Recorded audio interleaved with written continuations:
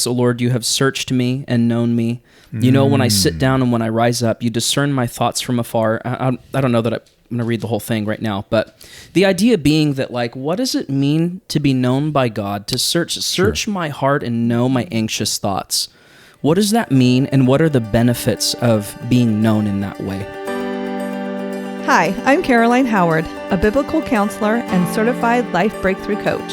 And I'm Chris Oneth, marriage and family therapist and executive director of Downey Park Counseling Associates.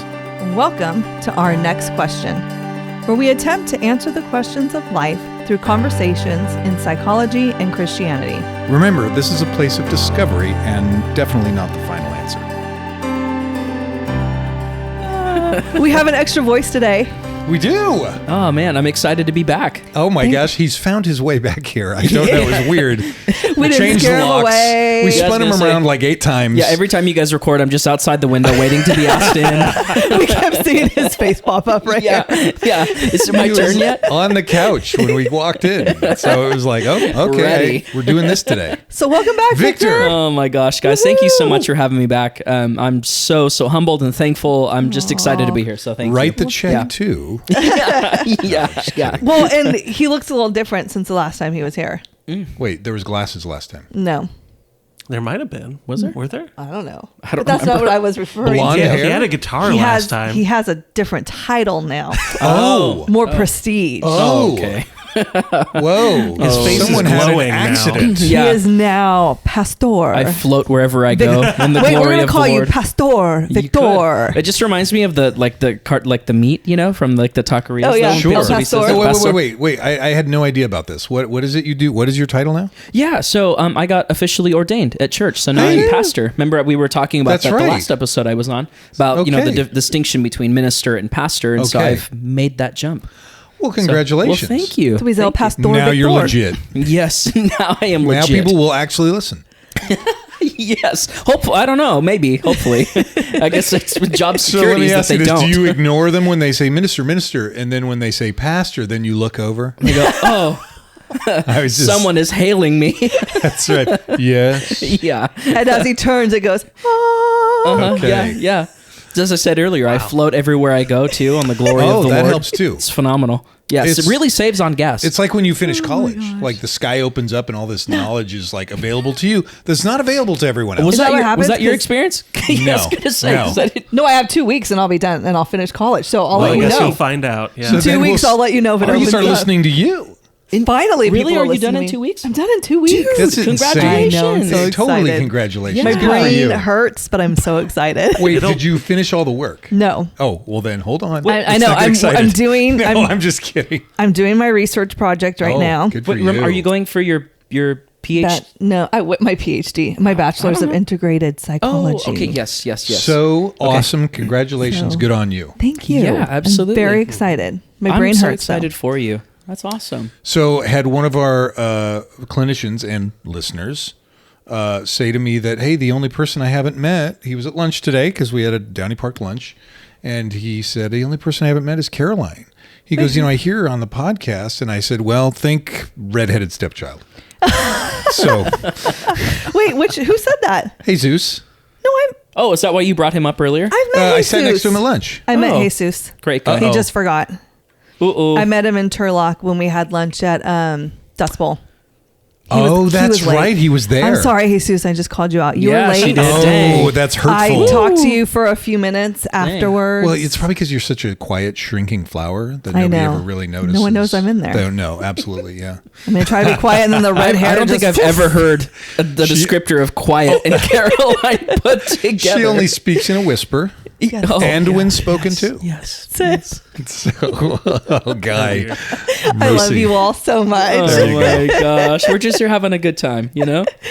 Okay, well, since he's now, I'm going to keep saying that now, El Pastor Victor. Oh my gosh. She's just going to make me hungry every time you say. Oh my Jeez. goodness. I'm going to see if I We're can mixing spread languages. this around the church.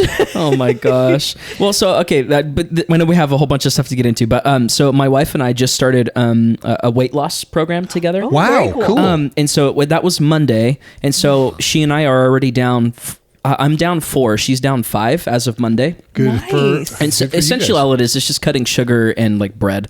Isn't that weird? That's dumb. It's I hate weird. that. How that can do that? I hate Like, that so much. But every time you say now El Pastor, I'm I'm like, so sorry. Oh. Wait, but you can have meat. I definitely can, but it's so it's Weight Watchers, right? Okay, cool. Okay. But everything is assigned. If you don't know anything about it, everything is That assigned a would be point value. so hard because And I love yeah, sugar so wrapped much. in bread. So much It's like, pastries.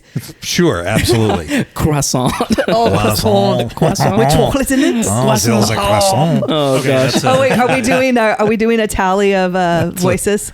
We do a tally of how Oh, many, is that? how many Man, you guys voices have Chris adopted does. so many new things. that was like Cyclones. last time we recorded. Yes. We started Yes. doing that. So I got called out this morning by a guy named Christian Howard. Never and heard of him. He looked Yeah, I was over at me. gonna say. He looked over at me at Bible study and he goes, "I fix things." Oh, because He you said, "I fix outed things," him and I'm on like, this. "Oh." Okay. It's like, people are this is gonna get out. It's gonna come back. But so last time I said he grew up around construction. He should know how to fix things. Yeah. And he had to explain to me it's different starting your own project, which apparently he does, or he was letting me know about. Okay. Sure. Spice garden.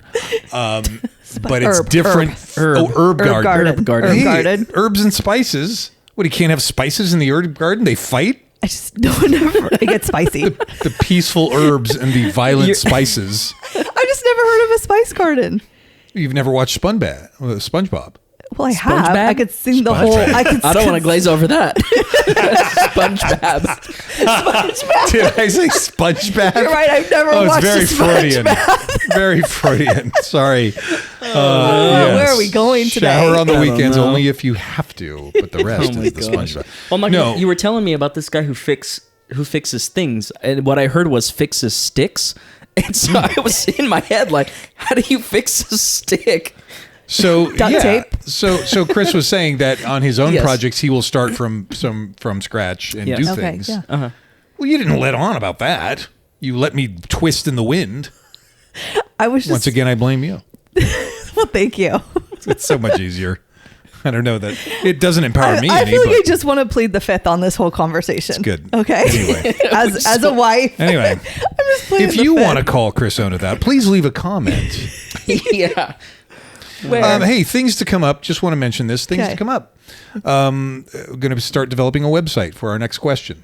We are. So excited for you guys. That's awesome. It'll be great. Yeah. We're going to have merch. I love merch. Merch, Okay. T-shirts, mugs, Okay. hats, Tongue tongue depressors. depressors, post-it notes, staplers, not staplers, staples. Staples, Little yeah. teeny staples. Yeah. That if We'll you. say our next question on Yes. If you could do they come with a magnifying glass? hey, magnifying glasses. Okay. Thank you. Okay. Perfect. Yeah. Tape.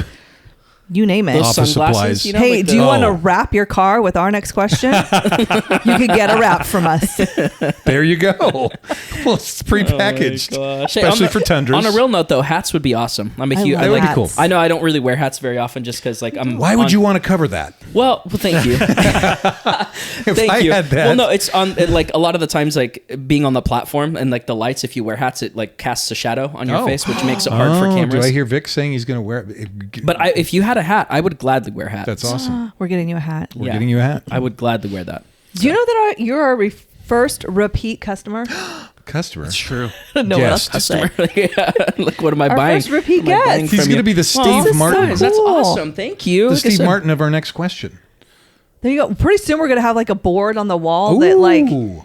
after you've been here like 5 times, Oh, the Five Timers you Club. get like a The gold Five Timers plaque little Club. thingy on the. There'll be mugs and Yeah. and I'm telling you, Gosh. Saturday Night So Live. I had a childhood friend of mine. Well, it was really a childhood friend of my wife, but they had a closet in their house where every guest that they had come in, they had signed the back of this closet door. That is so rad. And so, Oh my I mean, the gosh. house was immaculate, but you would walk in and there was one door that you would open it up and the back of it was just horrendous. Didn't fit in like the aesthetic of the house. Oh, but that it just is had so cool. signatures of all the That is guests really- that they ever had you come should do through their that in house. the new house. we are That so is going to cool. do that in the new house, Vic. Thank you. You're welcome. It was a really cool idea, and I signed the door.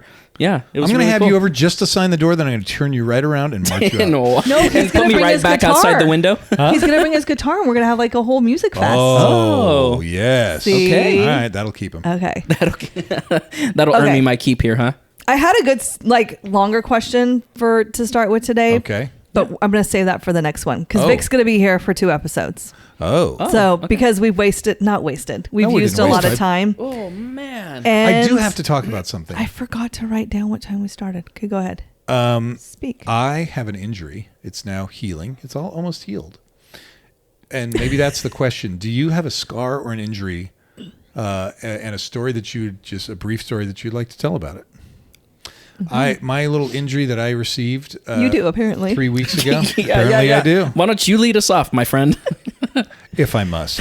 If I must, I must. As humble as I am. As the great philosopher Mary Poppins once said, if I must, I must.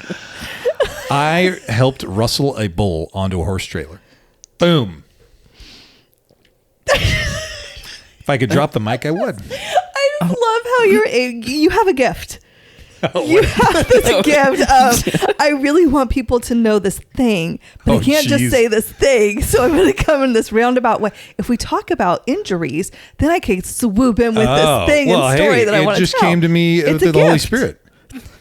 So do tell. We might need details. So we had a neighbor, and our neighbors are like, it's not like next door neighbor. Our next door neighbor is, we all live on acreage. Yeah. And Okay. so it's a country block. This neighbor lives way down the road, and he had this bull, and I've tried to approach the bull inside its enclosure, and it started to get a little aggressive. It's not a huge bull, by the way. Okay. And so I was like, okay, leave bull alone. Well, so my wife goes out one morning, really early in the morning when it's dark, and she comes back from where she was going, and she said the guy's bull must have escaped. It was chilling on the side of the road, like not injured, just relaxing.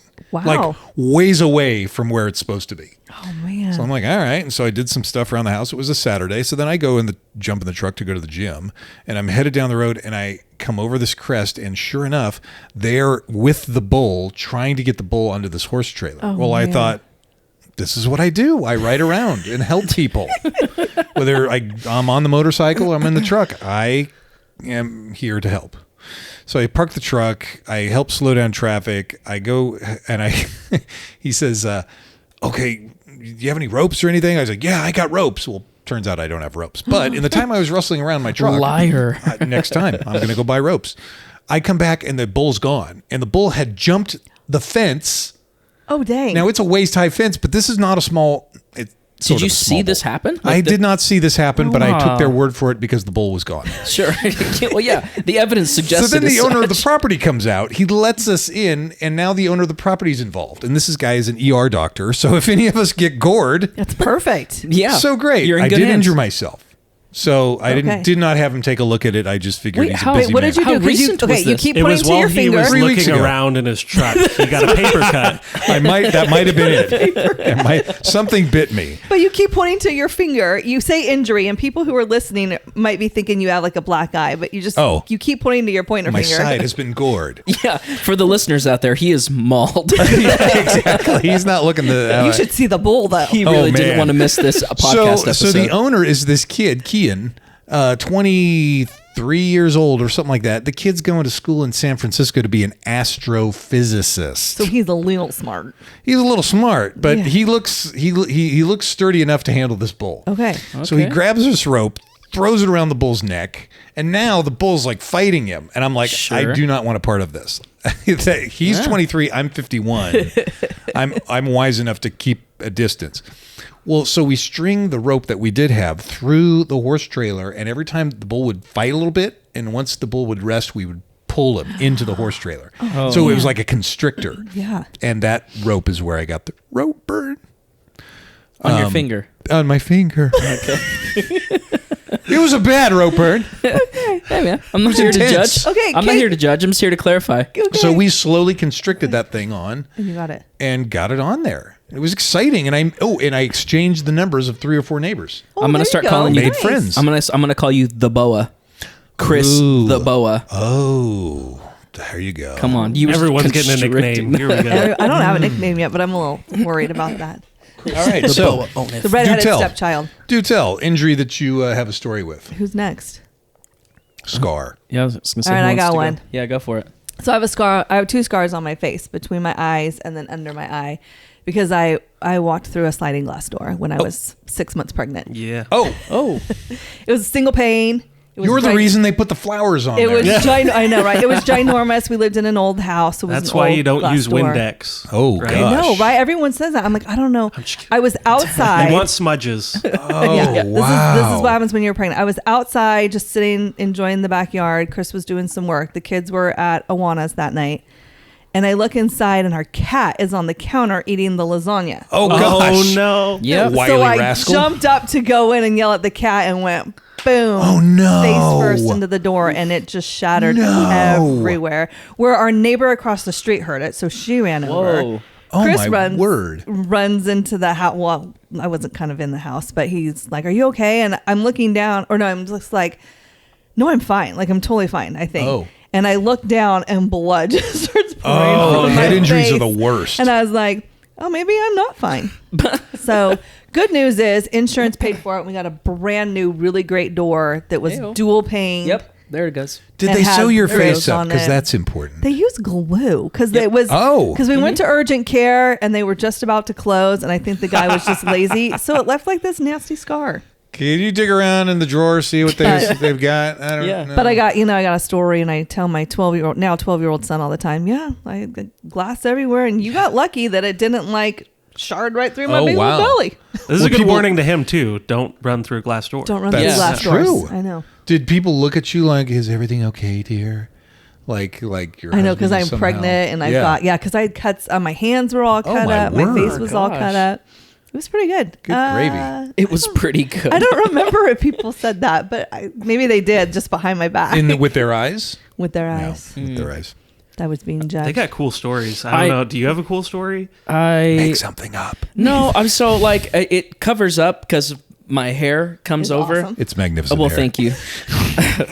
It covers it up. But when I was really little, we had a walnut tree in my backyard, and it kind of had two branches that forked out from the trunk. So Okay. one of my cousins at the time he was living with us, he fit a 2x4 in there for whatever reason. Of course. And so my sister went up to go and get it out, and I was underneath, and so the board slipped from her hand and it cracked my skull open. And so I have a part in my skull where hair doesn't grow because it's the scar, but it covers it so you don't. Oh, Yeah, you can't even tell. You can't tell, but it's there. There's a part in my head where hair doesn't grow because right down the middle. so if That somebody bled a asks lot. you, "Is Vic has a secret scar?" I do. You do. I do. Yeah, it's somewhere in there. I don't know exactly where it's at because I'm not like every day looking for it, but I Yeah. know it's up there. Is it like a map to hidden treasure? Maybe, but it's not an X. So yeah. All right, never mind. Yeah. The so treasure is his brain and all that's in There it. you go. empty. Oh, sure. empty up here. Did you hear a bell when the thing hit you in the My mom was a nurse, so like, Oh, cool. So like, of course, I was like crying because Oh, it my hurt so bad. gosh. So I ran inside, blood like coming down my head. My mom was like, "Oh, you'll be okay." Well, I've seen worse. okay. Yeah, you'll be all right. So she I don't cleaned. see brain matter. She cleaned it up. Excuse me. She cleaned it up and did the whole thing. But yeah, that was my scar story. All right. Yeah. Okay. Good. I like it. Honestly, I don't really have like any other very traumatic like injuries. That's like my biggest. You did one. pretty good on that one, Vic. Yeah, thanks. Congratulations. I don't have any super traumatic ones. I lived in Michigan for a time, and Hey. just being in Michigan, outside in Michigan in winter is a hazard in itself. Oh, I bet. What part of Michigan did you? I was in Grand Rapids. Oh, okay, yeah. They always talk about the thumb. Oh, I'm this part of the thumb or this part of the hand. No, yeah, it's like the hand and then where. Oh, it's the hand, like- not the thumb. I think it'd be this hand, but. Okay. So I went outside to make a phone call, and as I was standing there, just totally slipped on ice, landed on my hand, and like scraped a bunch of skin off. Oh. There's Ow. kind of a scar there still. It's hard to see because it's Oh, healed jeez. That sounds painful. Going outside in It Michigan. was like can outside be- of this business, and then I think they must have had a camera, and like because it was kind of like this business park where there wasn't someone like at a front desk that could see me. But shortly after, like a couple minutes later, someone comes through and shovels a bunch of like salt out in front of the place. I'm like, I think they probably saw me fall and didn't want to get Yeah. another lawsuit. Oh, Next gosh. guy. Right, That's funny. liability now. Oh man. Well, at least Very good. did you remember the phone call that you were making? I think I was just calling someone because I needed a ride to like come pick me up. Okay. That'll learn ya. ER. Yeah. Oh my gosh. Golly. Yeah. Note to self, don't go outside Michigan during the snow. Yep. Yeah. Just stay indoors at all times. That was a particularly Just don't bad live where the snow is. winter. Yeah. I like that idea. There you go. Don't live where the snow is. Oh my gosh. All right. All right. Well, Okay. our question today, Yeah. which Victor got to come up with, what does it mean to be known by God? Yeah. This so this specific question, at church just a couple weekends ago, our pastor was preaching out of a similar story. And so it comes out of Psalm 139, which David writes when, the scripture that says, "O Lord, you have searched me and known me. You know, when I sit down and when I rise up, you discern my thoughts from afar." I don't know that I'm going to read the whole thing right now, but the idea being that, like, what does it mean to be known by God, to search my heart and know my anxious thoughts? What does that mean, and what are the benefits of being known in that way Okay. by somebody? So that's the question Okay. today. And so part of that, I was doing some research, and there was a pastor that was talking about it, and I want to get your guys' thoughts on the quote. But he was saying the way that God knows me dictates the nature of the relationship, and this is true of really anything, right? So so we think about marriage, right? The pastor was talking about his marriage to his wife. The amount of transparency that you have with somebody dictates the level of intimacy that you have. Yeah. Totally. And I thought that was really, this is just one of those things, is like pastors preaching on the weekend, and I was like, oh, that seems like a really cool concept, and looked this up, and it fundamentally shook my brain. Oh, wow. I was like, oh my gosh, like this changes everything for me. Wow. If God knows me, he knit me together in my mother's womb. Sure. That forces me to change my relationship with him. There's no hiding from him. Right. He knows everything about me. So that brings up an interesting point, because we can often, let me back up. So to be truly transparent means we have to truly know ourselves. That means we have to be still, contemplate. Psalm 1 verse 4 is, "Sit quietly and contemplate on your beds, and do not sin in your anger." Yep.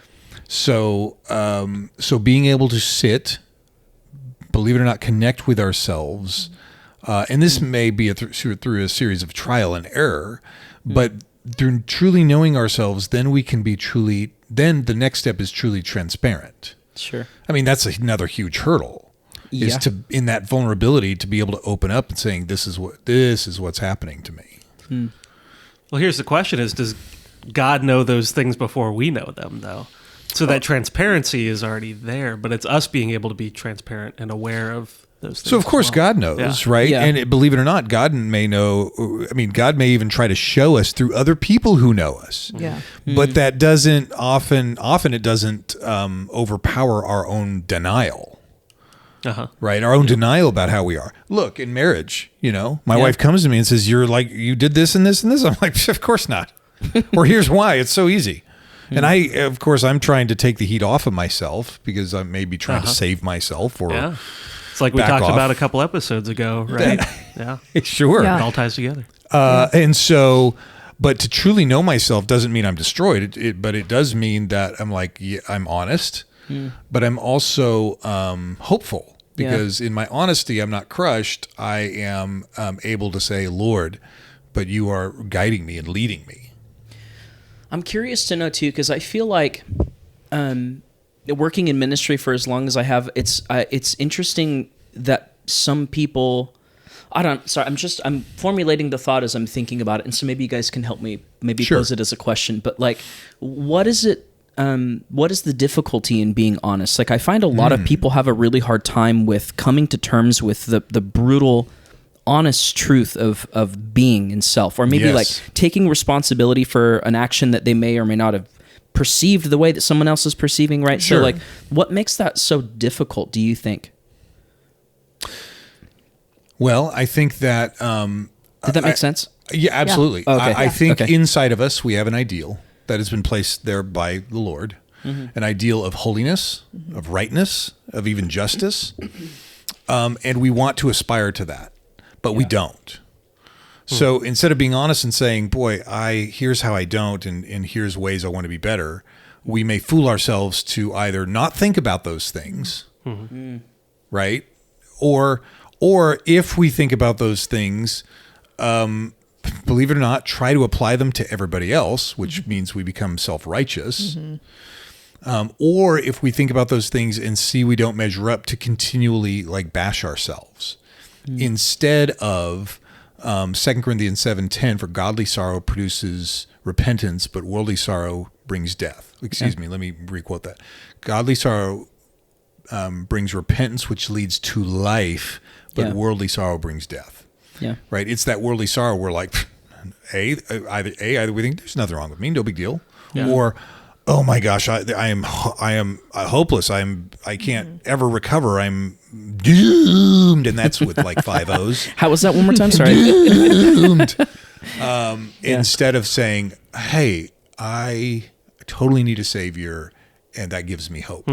Yeah, and I think like true vulnerability means admitting not only to others but also to ourselves the things that we really don't like about ourselves, or the things that we have to confront those, our failures and our weaknesses. And and I think it's interesting talking about like vulnerability in a relationship, right? Because it depends on, like, if you're in a community where everyone kind of has walls up and is showing like how good they are all the time, you're never going to get to that point where your walls come down and you're going to show like where you're struggling. But if you're in a community or a relationship where there's mutual vulnerability and people are open about where they're struggling, then you're going to be open to share that too. And I don't know. So I think that with like God too, that he knows us and we can know him. Obviously he doesn't have the same vulnerabilities and weaknesses. But he's not going to be, I think a lot of times it's that fear of like judgment. I think that's interesting, because when you're talking about is, to me, when I hear you talk about that, it says, look, I need to garnish praise because so I don't see my inadequacy. I want to show everybody how great I am. Now, if we're in a community like that, showing everybody how great we are, the natural response is, oh gosh, everybody else is great. I better be great too. Exactly. Right. Whereas it seems like it should be just the opposite, where we're like, man, I'm really struggling here, and here's why. Yeah. And then in that honesty and vulnerability, it leaves others to say, hey, you know what? You're doing awesome here, or I really appreciate this about you. Right. And that's part of what we're looking for, is that like, I can be honest with you about all my crap. And I almost said a stronger word than that. Which would have been a revelation of your crap. Yeah, exactly.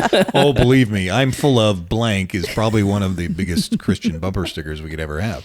But then it leaves others to hear us and then to say, and I still love you, and here's the amazing things that I see God has put in you. I mean, that's, for me in my marriage, that was one of the biggest, like, mind-blowing things about God's love for me, is when I was able to confess to my wife all my crap and have her still look upon me with love and affection. And that was like, wow. Yeah. That's a picture of our relationship with God too, Right. right? Totally. Yeah. Right. So maybe that's also a way to be known by God, because the other part of that is so many of us have a hard time accepting God's love and affection.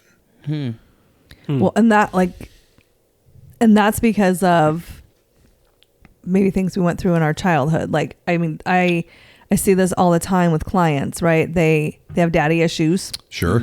And so they have God issues. Yeah. Because they relate their earthly father to, this is what my heavenly father must be like. Sure. Which I think is a huge responsibility on dads. Sure. Like, Absolutely. to know, like, hey, you're showing your kid what God's supposed to be like. Well, that's the biblical mandate, right? Though, for men, like lead your family. That's our mandate as men to do that. So yes, it is a lot. Yeah, but it is a lot. Equally, and that's what God has called us to. You know, right. Yeah. So I can often, like, if I ask, like, I'll ask clients, like, who is God to you in this? Or who is God to you, just period. And then, who was your dad? And they just always so coincide. And it's such a hard thing sometimes for people to separate that, to be like, then we like wouldn't want to be dad. known by God, because it's not safe. Right, exactly. Because my dad, not my dad was amazing, but someone's dad could, if I showed emotion, going back to toxic masculinity. If I showed emotion, my dad said I was, a girly or I was weak. And so I can't show emotion to God because then God's going to think I'm weak. Oh, okay. And so they go hand in hand. So it's you got to separate that out if you had that Chris, hardship. You were saying something earlier that really sparked something in me. You were talking about how other people are doing good, so I have to be doing good. Sure. I wonder, is that breeding like a social standard of inauthenticity? Is that a word? Or what's inauthentic? Yeah. An inauthentic being. So that's that's a great question, because we can't assume that people know they're being inauthentic. Right? So I'm going to tell you everything's fine. Oh, everything's fine. Everything's fine. Well, then if I get a victory, then I'm like, yeah, I did this thing, or I got this thing. And so then what I present is all like, woohoo, good, good, good. And then we get the notion that, well, I don't want to be a whiner or a complainer. And then we kind of hold that close. And so oftentimes we cut off from ourselves some of these things that are really going on. Part of even being known by God is being able to receive from God. And so it's being able to ask. Imagine going to our congregation and saying, hey guys, I really need this. Yeah. And like being unabashed. Now, not like I don't mean in desperation, like every week you're saying, oh my gosh, I'm in trouble here. I need this, I need that, because something other stuff's going on. Sure. But I really would love a group from Redeemer to come and like build a barn at my house. Wouldn't that be rad? That would be. It'd be like the Amish, raising? We're all like heaving up the wall, and then we're doing stuff. They're like, woohoo! And we did that together. Even as Redeemer is looking for a new place to live, to gather. Oh, can't they build a barn and gather there? There you go. Hey, come on now. Two birds, one stone. Multitasking like that. Yeah, and so I think it all ties in with, and I think being known by God does tie in with confession. Because confession is like, see if there be a grievous way in me, or measure me, or it's all of Psalm 139. Yep, right. Yeah, and so confession is part of being known by God. There was my iPad turned off. There was a really great quote from a I can't even remember what it is. A social researcher is what his title was, but he said that people want authenticity because there is a, quote, deep felt need to reconnect with the truth of our lives and to disconnect from the illusions that everyone from advertisers to politicians tries to make us believe are real. Yeah, totally. Because it's exhausting being fake. Yeah. It's exhausting putting on the mask. Doing it. We do. But it's exhausting. Who will save me from this body of death? Right. And it is like, I tell people, because you said like what magazines and stuff have said, and I'm like, I always ask this question of like, who decided what beautiful was? Who decided what skinny was? Who got to make those, and why did we buy along? Sure. Why did we just like, that's what it's going to be? Caleb, I see your gears turning. Well, there's an interesting quote that came to my mind off of what you said as well. Yeah. And I'm trying to like process it in my brain because it can confuse me sometimes. But it's this set of things where it's like to be, which order is it? I believe in you. To be known and loved is like our greatest desire. To be known and not loved is our deepest fear. And to be loved but not known, not truly known, is shallow. So it's like God is that perfect combination of us being fully known and fully loved. Yes. But that's the reason also that we struggle with being vulnerable with other people, is that if people really know who we are and they reject us, then they're rejecting like all of who we are. Yeah. Interesting. And if people love us and don't know us, then we're like, and that's what we if lean they knew me, toward they wouldn't more. really love me. Instead, we put up a facade that people will love, but don't really know. Yeah, then they love the you that you're presenting. Right, but not the real you. And I think to your point, Vic, I mean, that's what we do in churches. It's like, we don't want to seem like the weak link in the chain. Sure. So, I mean, it's funny. I was just telling the story that Mel and I grew up with groups of friends in the church from when our kids were, when we were first married. To this day, Not all of the same people have been there, but it's been this group where people come in and out of, where we can be totally transparent and honest, right? Yeah. And then there's the people in the church where it's like, can't really be totally transparent and honest. So, Sunday morning we fight like tigers, and then you open the door to the church and you're like, hi.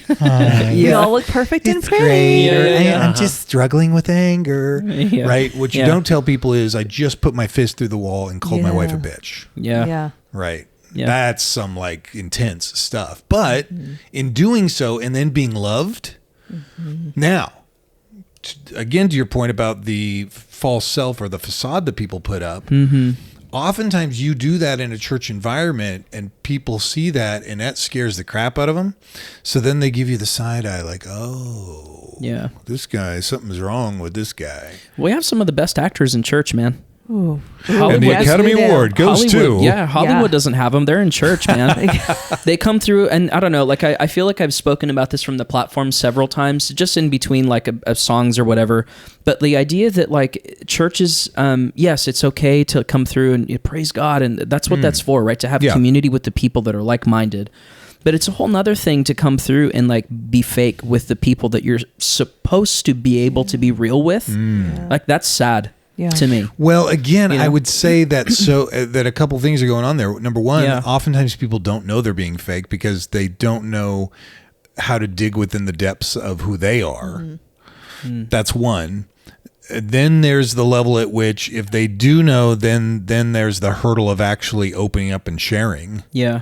Then it could even be where you pendulum to a certain, you pendulum from numb and cut off to I am the king of problems. Then every time someone talks to you, it's this new like, oh, and then it becomes about them and the other characteristics of someone who identifies with only their hardship is that they don't ask you about you. Sure. They're all about like, oh, this horrible thing happened, and this horrible thing happened. It's like, in one sense, but that's not. I don't think that's totally honest because they're also not digging down and seeing where God is in all of that.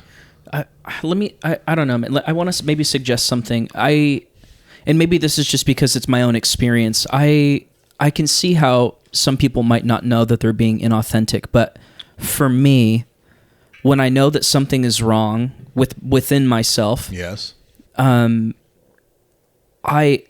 doesn't really take a lot of digging for me to know like something's off. Something's not correct. And it would take an insane amount of just like turning a blind eye to things that are going on in my life, which for some people is the case. The amount of capability, but our capability to deceive ourselves. I heard a story of a guy who came over to another person's house and he was part of this conservative church, didn't drink. And so he ends up drinking one of their beers. And the host says, oh, you had a beer. Had no problem with it. And his response, and I asked if this person was joking, and they said no, they weren't joking. His response was literally, I didn't know it was a beer. I thought it was a soda. Guess what kind of beer it was? It was a Dust Bowl IPA Therapist, which is an 8.4% beer. I think you would know it was a beer. At your first sip. But that's what I'm talking about. It doesn't surprise me that someone would say, I didn't know that. It shocks me. Well, okay, maybe it does surprise me. But that the level at which we deceive ourselves is profound.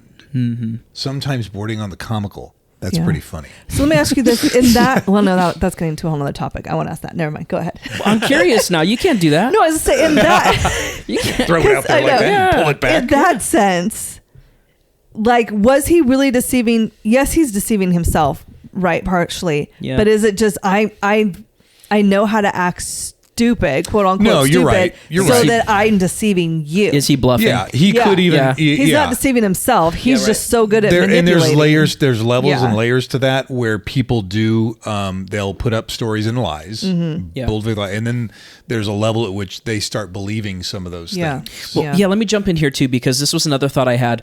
I also think that the reason why people have a hard time being vulnerable with, just vulnerability, I should say, is I think because there's a responsibility to correct. and people don't want to take that on because it's a lot of work.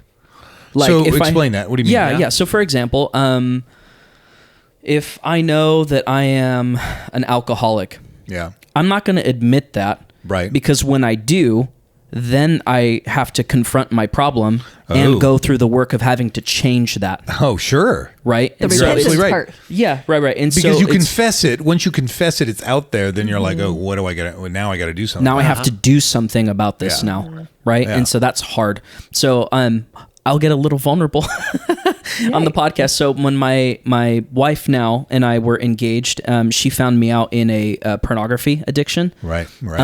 Which I understand now, like, it's not to like belittle it in any way. It's just go get that like taken care of. But absolutely, I know that it's a widespread problem, but the feeling is isolating, right? Like when you're like, oh man, I'm the only one dealing with this. But that's how it largely felt at the time. But all that to say, my inclination was not to tell her. We dated for 8 years before she found me out. Wow. Right? And so when she did, it was like, well, crap. Now I have to do something about this now. Right? Yeah. And so, and I look back now and I'm so thankful that she found me out because I look back and realize that it was God's mercy. Oh, totally. That same pastor that I was sharing earlier as I was researching, he goes, God loves different people differently. His children, it says in here, if he loves you, he will correct you. Oh man. But for those that he doesn't love, he doesn't do that for them. Right. And so I look back and I see mercy on my life that she found me out in that. But all that to say, I'm so thankful to her because she was like, hey, listen, I love you. But because I now know this, we have to deal with it now. And you need to go get counseling for this, which I ended up doing because I loved her so much. And I also didn't want to sit in that either. Yeah. Right. And so I went through and got the healing that I needed from that. But wonderful. All that to say, it comes with the work. And I think that also terrifies people because it means I have to change who I am, quote unquote. Yeah. Right. So and then I would if I may, I would say the other component there is that when you confess, or she found out, and then you fully like yes, but then seeing her still love you, had to be like, whoa, you were known and loved, because I've talked to enough guys to know the part of pornography thing is if they really knew me, then I would, and they get used to that shame hiding. Right. But then when the confession comes, it's true redemption when they are still loved. Yeah. Right. And they are still, and it doesn't mean, if you confess to your wife or girlfriend, it doesn't mean she's like, well, I still love you. And then I'm not going to be hurt by this. We have to accept the pain that we cause. Yeah. Right. But man, to have someone still say, look, I am still with you, is like a direct message from God saying, and God saying the same thing, which then fosters the desire and the want for him to be close to us, for us to be close to him, and then perpetuates the true confession. So awesome. Well, thanks for sharing that. By the way. Yeah, absolutely. Yeah. Are you okay if we pin this and keep going on the next episode? Oh, absolutely. Because we're just about out of time. Are we really? And the time. We have the adult here in the room. Okay, yes. Caleb and I are the only adults. He gets us started. We have the timers. I get us wrapped up. Yeah. But this is a great conversation, and we're going to continue it on the next episode. So awesome. To the next week. Alrighty. Thanks for joining us today as we continue our journey talking about life's many questions. To stay connected with us, you can follow us at Downey Park Counseling on both Facebook and Instagram. You can also follow Caroline on Instagram at Relatable Caroline. And make sure you tune in next week for our next question.